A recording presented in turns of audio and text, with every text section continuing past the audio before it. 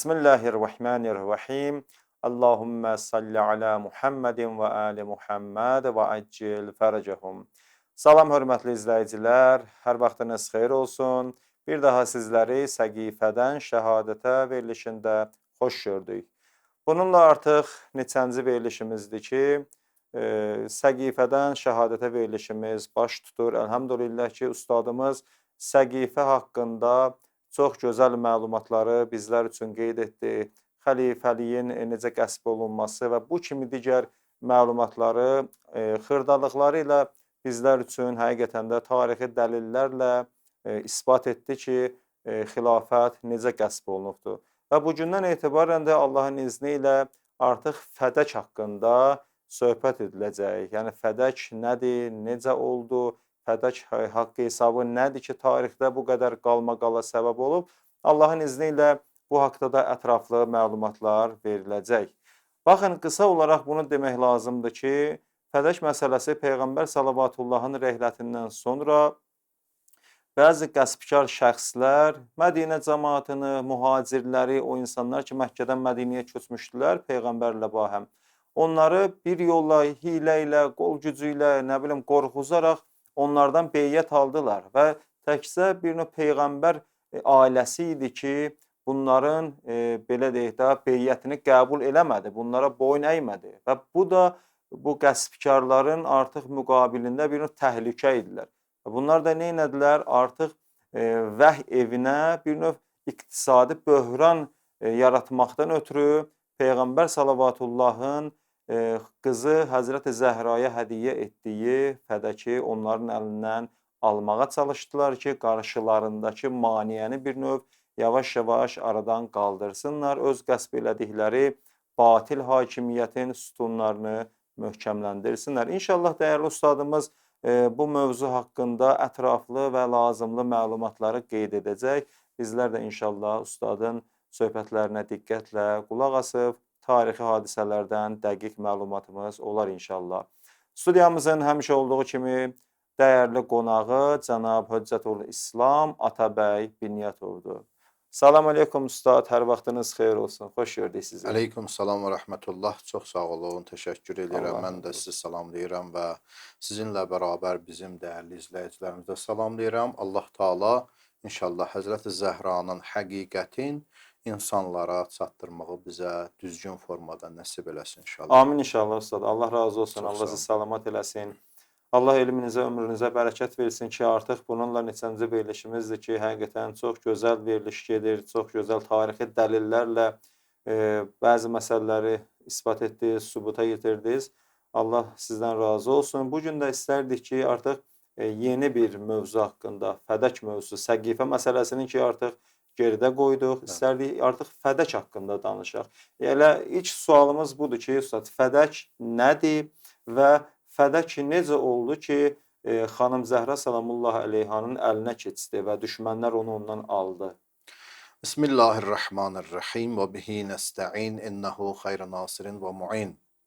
Fədək barəsində qısa olaraq bunu demək olar ki, fədək ümumiyyətlə Mədinədən kənarda olan Xeybər deyilən məntəqənin bir kəndi idi ki, orada yaşıllıq həm bulaqları ilə, həm quyuları ilə, həm çoxlu ağacları ilə, meşəlikləri ilə, bağları ilə məruf olan, məşhur olan bir məntəqə idi ki, ora əslində təqribən Mədinə ilə oranın arasında təqribən 140 kilometr fasilə var idi. Əgər bir şəxs Mədinədən ora gedərsə, təqribən 3 gün ərzində fasilə ilə gedirdilər.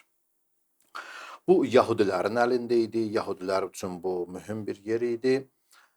Amma Xeybər döyüşündən sonra, Xeybər qəzvəsindən sonra, Yahudilər məğlub olandan sonra, bu Yahudilər çəkildilər Xeybərdən bir kənarında idi, yaxınlığında idi. Yahudilər çəkildilər həmən o Fədək kəndinə, qəsəbəsinə deyək. Ora cəm oldular və orada onlar üçün Xeybər döyüşündən sonra çox mühüm bir gəlir mənbəyi idi. Çünki ora çox onlar üçün bağları təsir qoyurdu iqtisadi baxımından. Hətta bəzən yazılar 25 min, bəzən də yazılar 70 min dinar ildə gəliri var idi. Ona görə Yahudilər ora cəm olmuşdular. Xeybər döyüşündən sonra ki, bunlar məğlub oldular öz xəyanətlərinin nəticəsində. Sonra isə Yəhudilər bir yerə toplaşdılar, cəm oldular. Bir qərar qəbul elədilər ki, onsuz da biz Xeybərdə məğlub olmuşuq və çəkilmişik bu Fədək məntəqəsinə, həmən bu kəndə, bu qəsəbəyə. Bir gün müsəlmanlar yenə də gələcəklər, bizi də buradan çıxardacaqlar və yaxud bizi məğlub edəcəklər. Ona görə bunlar bir yerə toplaşdılar, belə bir qərar qəbul elədilər ki, biz İslam peyğəmbərinə, yəni Həzrəti Peyğəmbər sallallahu məktub yolladılar ki, biz istəyirik ki, bu bağların, Fədəkin, bu həmən məntəqənin mi deyək, kəndin mi deyək, yarısını sənə veririk, sən isə bizimlə işin olmazsan. Və biz də burada yaşayaq. Peyğəmbər sallallahu da döyüşsüz bunları, bu həmən sülhnaməsini qəbul elədi və onun yarısını verdilər Peyğəmbər sallallahu. Peyğəmbər sallallahu da bunu qəbul etdikdən sonra onu Həzrət Zəhra salamullah əleyhaya hədiyyə elədi.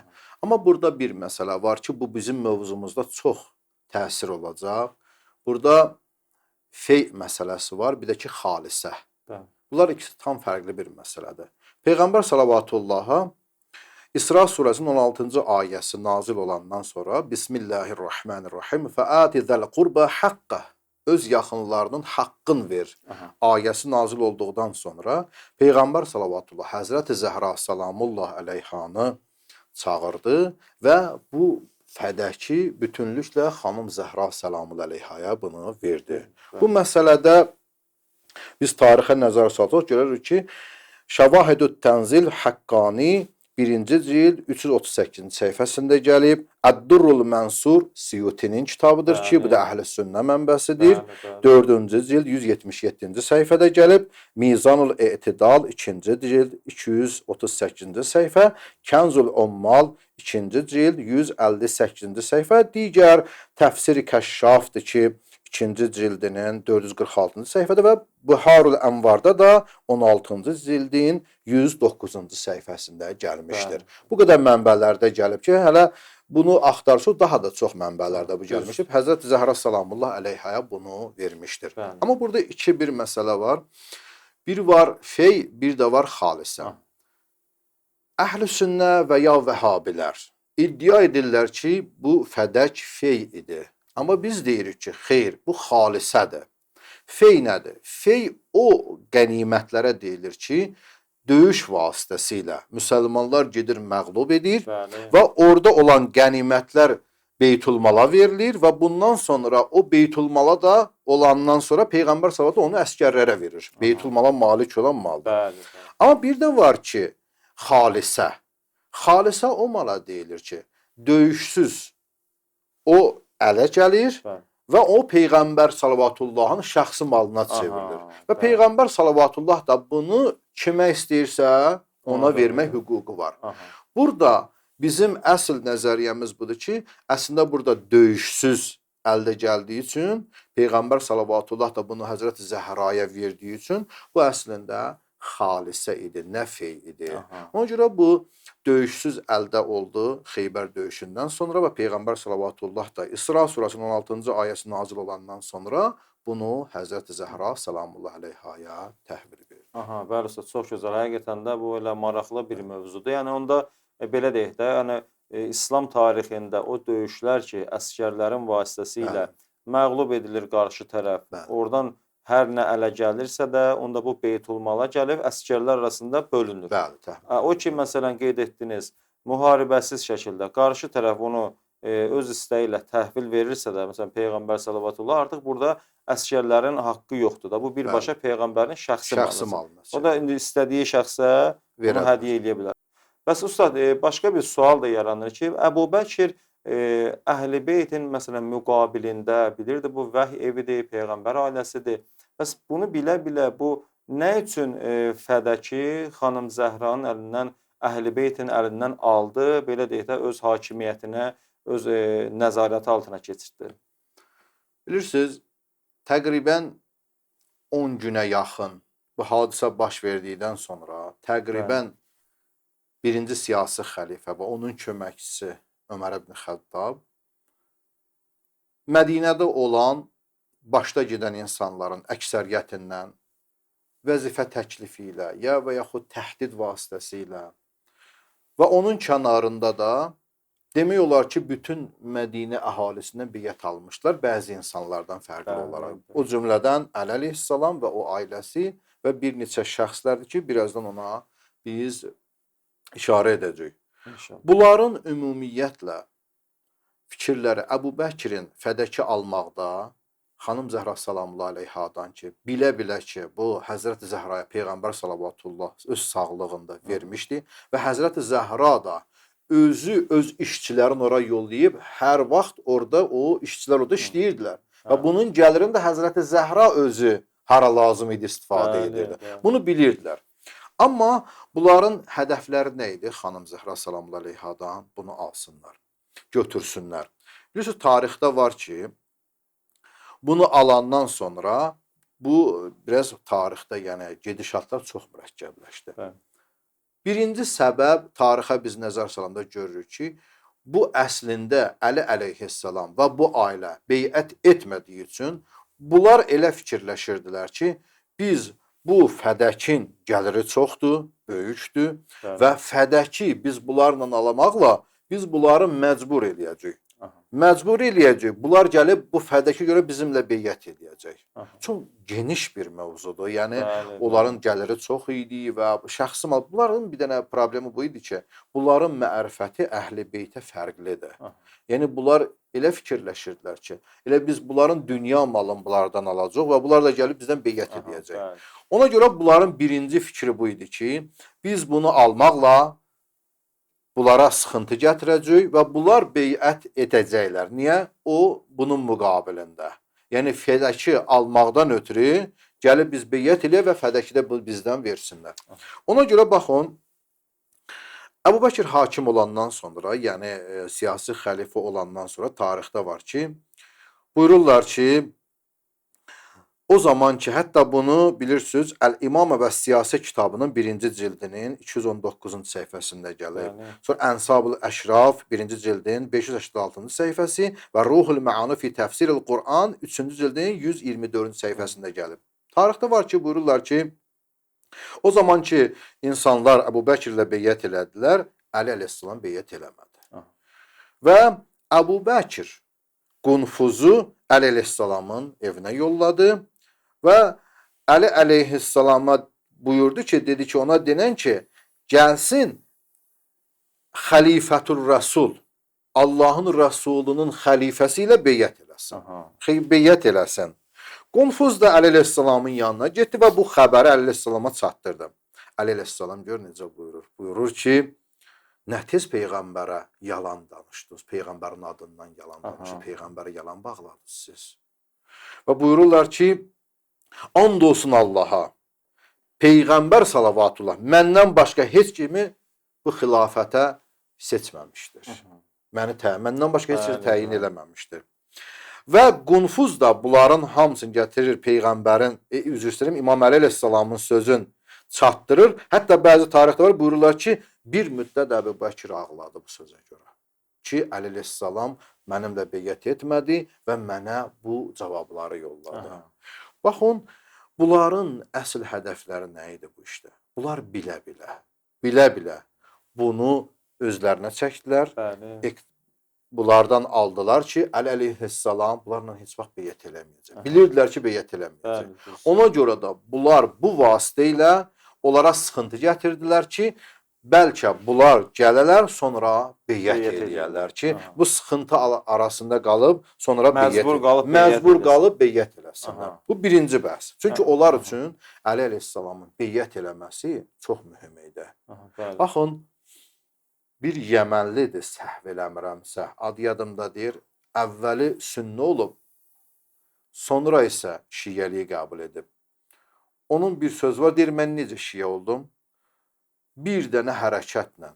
Birinci hərəkət bu idi ki, niyə görə xilafət qəsb olunandan sonra birinci Əli əleyhissalama doğru getdilər beyət eləməyə.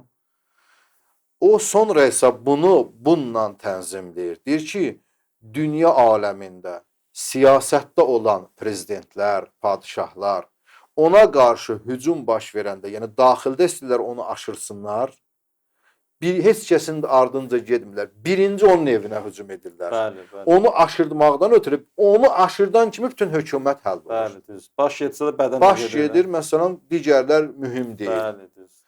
Deyir, onunla mən şiə oldum ki, birinci bunlar elə hakimiyyəti qəsb edən kimi birinci əleyhissalama beyət məsələsində ona təklif elədilər və alınmadıqda onun evinə hücum elədilər. Deyir, bundan mən şiə oldum. Baxın, bunlar çox çalışırdılar. Əli əleyhissalamdan beyət alsınlar və bu beyət nəticəsində bunlar öz şər'i xilafətlərin cəmaatın arasında sübut eləsinlər ki, biz şər'i yolla xilafət əldə etmişik.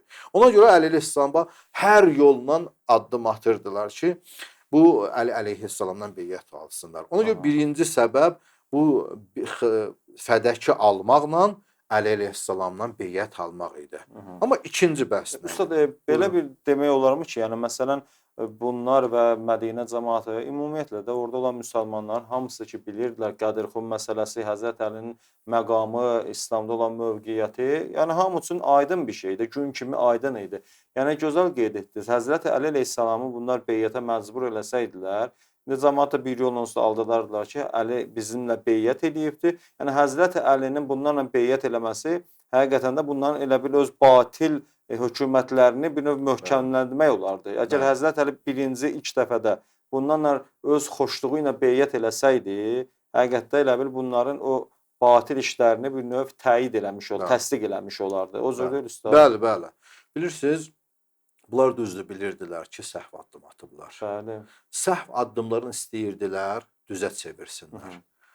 Hər yoldan Başqa bir yollarla, istər zorakılıqla, istər məsələn şirnikləşdirmək yolu ilə vəzifə verməklə, məsələn tanınmış insanlara özünə məxsus vəzifələr, güclü pullar vermək vasitəsilə adi insanlara xüsusi formada, ümumi formada, məsələn onlara bəzi mallar verməklə allada bilmişdilər. Düzdür.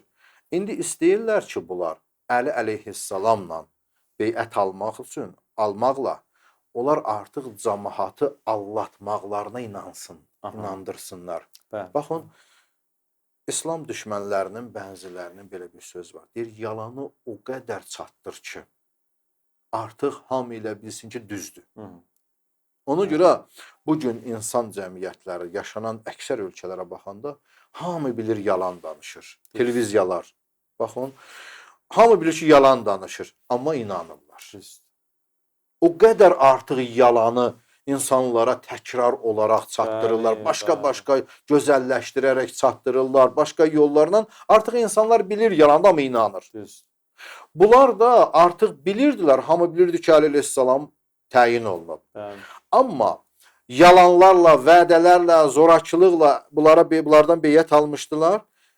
Amma Əli əleyhissalam artıq gəlsəydi, bunlarla beyət eləsəydi, artıq bunlar da qəlblərində rahatlıq tapacaq. Adi insanlar da rahatlıq. Nə olsun, Əli əleyhissalamı Peyğəmbər təyin eləmişdi Allahın kəlamı vasitəsilə. Olmasın, bu olsun da necə Əli əleyhissalam da razı oldu da bu işə. Özü də qəbul edib. Artıq öz işlərinə neyniyəcəkdilər? Artıq öz işlərinin günahlarının üstünü örtəcək. Cəmaat da artıq onlarda rahat olacaq ki, Əli əleyhissalam da beyət elədi. Onlar hiləgər idilər. Onlar öz xilafətləri üçün çox mühüm məsələyə toxunmuşlar ki, Əli əleyhissalamdan mütləq beyət alaq. Ona görə də onlar əgər Əli əleyhissalamı beyət alsınlar, cəmaat aldatmağa nə var ki? Cəmaat da artıq Əli də beyət elədi, daha bizim üçün günah. Bəli. O beyət eləsə vəssalam. Bəli, kifayətdir. Bu birinci məsələ. İkinci məsələ isə iqtisadi sanksiya. Baxın, bu mühümdür. Fədək bəyəxləri buna işarə elədi ki, Fədək bəzi tarixlərdə 25 min dinar, bəzi tarixlərdə hətta 70 min dinara qədər o dövrün ən üstün pullarından biri idi ki, bir il müddətində gəlir gətirirdi. Və bunlar bu vasitə ilə bilirdilər ki, Əli əleyhissalam, Həzrət Zəhranın idi bu mal. Amma bunu idarə edən kimi idi Əli əleyhissalam. Və bilirdilər ki, Əli əleyhissalam bunun pulundan özünə istifadə etmir. Fəqir füqaralara, yetim yesirlərə buna hədiyyə edir, ehsan edir Allah yolunda. Və bunun özü də o fəqir füqəralara kömək etmək həm bir insan üçün məhbubiyyət gətirir, sevgi, məhəbbət gətirir ona doğru. Düz. Həm də ki, o insanın tərəfdarları artır. Aha, düz. Sabahları baxırlar ki, bu hökumət, bu xilafət bunlara xidmət eləmir. Amma filan kəs bizim üçün xidmət edir. Bu da həmən şəxsin güclənməsinə səbəb olur. Bəli. Ona görə bunlar hiyləgər idilər. Bunlar fikirləşib bu addım atdılar ki, Əli əleyhissalamın bu beyyət almaqdan ötürü və zəiflətməkdən ötürü bu bağı ondan alsınlar. Çünki onun qədər böyük bir bağ yox idi o dövrdə orada. Sonra elə bağışlayın, bu qeyd etdiyiniz məsələ elə günümüzdə də bir çox dövlətlərdə bu şeyi müşahidə eləmək olur. Baxsan ki, məsələn, hər hansısa bir dövlətdə bir məsələn xeyirxah adam, imkanlı adam əgər cəmaata məsələn yaxşılıq edirsə, yol çəkir öz cibindən, məsələn körpü çəkir, məktəb tikdirirsə, bəzi dövlətlər bunun qarşısını gəlib alırlar, ya həmin adamı cəzalandırırlar, ya zindana salırlar və s. də bəzi məhdudiyyətlərlə onun qarşısını almağa çalışırlar ki, artıq bu cəmiyyətdə bir növ kadr kimi yetişib özü bizim müqabilimizdə sabah bir iş görə bilər. Ona görə qeyd etdiyiniz məsələ də çox gözəl bir məsələdir ki, bunlar da Həzrəti Əli əleyhissalamın həm nüfuzunu bilirdilər, həm də bu yolla bunların qarşısında böyük bir maneə olacağını çox gözəl ölçüb biçmişdilər. Bilirsiniz, biz burada əlbəttə bu tarixi təhlil edirik, siyasi və ictimai baxımından təhlil edirik. Bəli, bəli. Və bunun kənarında lazım gələndə həm etiqadi və digər məsələlərə də toxunuruq. Düzdür. Amma Əli əleyhissalamın şəxsiyyəti, xanım Zəhranın mənəviyyatı tam fərqli bir varlıqdır. Onlar Allahın ən üstün insanlarıdır. Bəli. Bütün varlıq aləmindən seçilir. Baxmayaraq ki, qarşı tərəf onların mərifəti ya yox idi, ya zəif var idi. Bəli. Amma biz burada ictimai və siyasi bəhs edirdiyini, biz məcburuq digər məsələlərə çox da toxunmayaq. Məqam bəhsinə. Baxın, siz gözəl bir nöqtəyə işarə edirsiniz. Bugünkü aləmdə belədir. Hər bir siyasətçilər ümumiyyətlə qarşı tərəfləri, müxalif qüvvələri iqtisadi sanksiyada saxlayırlar. Niyə? Güclü təsirə malik olmasın. Xanım Xədicə salamullah əleyha, Peyğəmbər salavatullahın dövründə o dövrün ən pullu, var dövlətli, sərvətli bir şəxs idi. İslam nə qədər onun vasitəsilə inkişaf edə bilir. Peyğəmbər dedi ki, Həzrəti Xədicənin varı, dövləti, Həzrəti Əlinin qüdrəti, şücaəti təsir edir ki, İslam bu qədər inkişaf edəsin. Və buna görə də bunlar da bilirdilər. Bilirdilər ki, Əli əleyhissalam onsuz da Həzrət Zəhranın olsa da Əli əleyhissalam bunu istifadə edir. Xanım Zəhra da vermişlər, Əli əleyhissalam bundan istifadə edirdi, hara lazım idisə. Və bunlar bilirdilər ki, əgər biz bundan almasaq, bunun da gəliri çoxdur, Əli əleyhissalam bunun vasitəsilə güclənə bilər. Bu ikinci məsələ. Üçüncü məsələ isə bundan ibarətdir ki, bəzi məsələlər var idi ki, istəyirdilər ki, bəzi insanlar Mədinədən kənarda Əli əleyhissalamın beyyət etməməsini eşitdikdən sonra onlar da həm beyyət etməmişdilər, həm də xumsu vermirdilər. Xums, bəziləri var ki, xums verirdilər də Peyğəmbər sallallahu dövründə. Onlar artıq xums verməkdən imtina eləmişdilər. Artıq xums qalırdı. Niyə? Çünki istəyirdilər ki, Peyğəmbərin təyin elədiyinə versinlər. Bu birinci məsələ və bunun kənarında isə hətta bəzi tarixlərdə var ki, bunlar bəzi Mədinədən kənar bəzi insanlar var ki, Əbu Bəkrin xilafətini qəbul etməmişdilər və özləri üçün artıq döyüş hazırlığına keçmişlər. Bəzi tarixdə var ki, 40.000 ordu var idi. 40.000. Bunların əleyhinə. Bəli, bəli. Baxın, Nəhcül Bəlağanın şərhində İbn Əbil Hadid Mu'təzili ki var. Bunun yaxşı bir sözü var. Buyurur ki, Əhl-i Reddə deyirlər ki, Mədinədən kənarda hökumətə baş əyməmişlər, boyun əyməmişlər, bunlar kənarda qalmışlar. Hətta bunlar 40.000 nəfərə qədər özlərini toplamışlar ki, Mədiniyə hücum eləsin. Nəhcül Bəlağanın şərhi İbn Əbil Hadid 16-cı cildin 236-cı səhifəsində buna işarə edir. Və bunlar bundan qorxurdular ki, xums vermirlər, onlar xums qalıb orada, Peyğəmbərin təyin elədiyini gözləyirlər. Bu bir. İkinci məsələ isə Mədinədən kənarda bir iddə insanlar orada yığırlar, Əbu Bəkrin xilafətini qəbul etmir, hətta istəyirlər Əbu Bəkrə qarşı çıxsınlar. Aha. Buradan da Əli əleyhissalamı mühasirədə saxlayırlar ki, bilirlər əgər Əli əleyhissalamla bunlar birləşsə, Aha. digər burada artıq problemlər çox olacaq. Bunlar üçün maneə yaradır. Bunlar üçün mane olacaq. Ona görə bunlar fədək vasitəsilə Əli əleyhissalamı burada mühasirəyə saldılar, qoymadılar, müttəhid olsunlar, birləşsinlər. Amma digər bir məsələ də, dördüncü məsələ də çox mühüm məsələlərdən biridir ki, Həzrəti Peyğəmbərin həyat yoldaşlarının bəzilərinin, məxsusən Ayşənin Həzrəti Zəhraya həsədinin nəticəsidir. Baxın, Peyğəmbər salavatullah həmişə xanım Xədicənin salamullah əleyhanın adını çəkəndə həmişə ağlayardı. Bu çox təəssüf ki, Həzrət Peyğəmbərin həyat yoldaşının biri Ayşə üçün çox pis təsir edər. Tarixdə bunlar çox işarə olunur. Həsəd aparırdı. Hətta bəzən deyirdi ki, nədir bir qoca qadından ötürü bu qədər ağlayırsan? Amma Peyğəmbər salavatullah nə deyir? Deyirdi ki, bütün insanlar arxa çevirəndə xanım Xədicə mənə üz çevirdi, üz mənə doğru gəldi.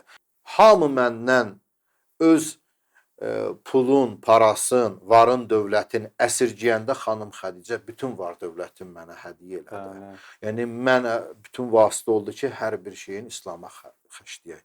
Ona görə bu həmişə buna qarşı qısqanırdı. Bunun kənarında da həmişə Peyğəmbər sallallahu etiraz edirdi. Nəyə görə? Etiraz edirdi ki, sən Əlini, Fatiməni bizdən çox istəyirsən. Həm atamdan, həm məndən çox istəyirsən. Və buna görə də bunlar o həsəd ki var idi bunların arasında. Bunlar o qədər yığılmışdı. Əlbəttə Peyğəmbər salavatullah məqam baxımından bunları çox istəyirdi. Ona görə bunları çox istəyirdi. Bunlar isə zahiri baxımından həsədləri var idi və elə fikirləşirdilər ki, mən Peyğəmbərin həyat yoldaşıyam, məni çox sevməlidir və mənim atam onun qaynatasıdır. Mən onu çox sevməlidir. Peyğəmbər salavatullahın sevgisi bilirsiniz imanla ölçülürdü. Allaha mərifətlə ölçülürdü. Ona görə bu həsadət, bu paxıllıq təsir qoydu ki, bunlar o Əli əleyhissalama qarşı, Həzrəti Zəhraya qarşı həsədləri Peyğəmbərdən sonra bunlar ki, xilafət ələ keçirdilər və bunlar üçün bir fürsət oldu ki, o köhnə həsədlərin, kin-küdurətlərin onu almaqla öz istəklərinə çatsınlar. Bəli, Ustad, Allah razı olsun. Həqiqətən də maraqlı mövzuydu. Belə deyək də, bəzi məsələlər var ki, ehtimal var ki, bəzi izləyicilərimiz şayət birinci səfər də eşidirlər ki, dəqiq mövzulardır, dəqiq mətləblərdir ki, çatdırdınız. Allah razı olsun, Allah sizi salamat eləsin. Həqiqətən də həsəd məsələsi görürük ki, elə tarix boyu bir çox peyğəmbərlərin də, elə Yaqub peyğəmbərlərin də övladlarının arasında nə qədər ixtilaflara, böyük problemlərə səbəb oldu. Həqiqətən də Allah sizdən də razı olsun ki, bu gözəl, lazımlı mövzuları ali dərəcədə bizlər və dəyərli izləyicilərimiz üçün çatdırdınız. Allah sizin elminizə, ömrünüzə bərəkət versin. İnşallah qismət olsa gələn verilişlərdə yerində sizin gözəl söhbətlərinizdən istifadə edərik. Sağ olasınız. Çox sağ olun. Bəli, hörmətli izləyicilər, bugün də bizə ayrılan vaxtın sonuna gəldik, çatdıq. Əziz ustadımız həqiqətən də bu dəyərli mövzuları çox gözəl şəkildə tarixi dəlillərlə və əhl-i sünnənin bəzi mənbələrindən qeyd etməklə bizlər üçün qeyd etdi. Allah Teala həqiqətdə hər bir zaman, hər yerdə haqqı, həqiqəti aşkar etməkdə bizlərə kömək olsun və sizlər də inşallah əlinizdən gələn qədər ustadımızın bu dəyərli sözlərini digər müsəlmanlarla da paylaşın ki, onlar da bu məlumatlardan xəbərdar olsunlar. İnşallah gələn verilişlərimizdə görüşənədək sağ olun, salamat qalın.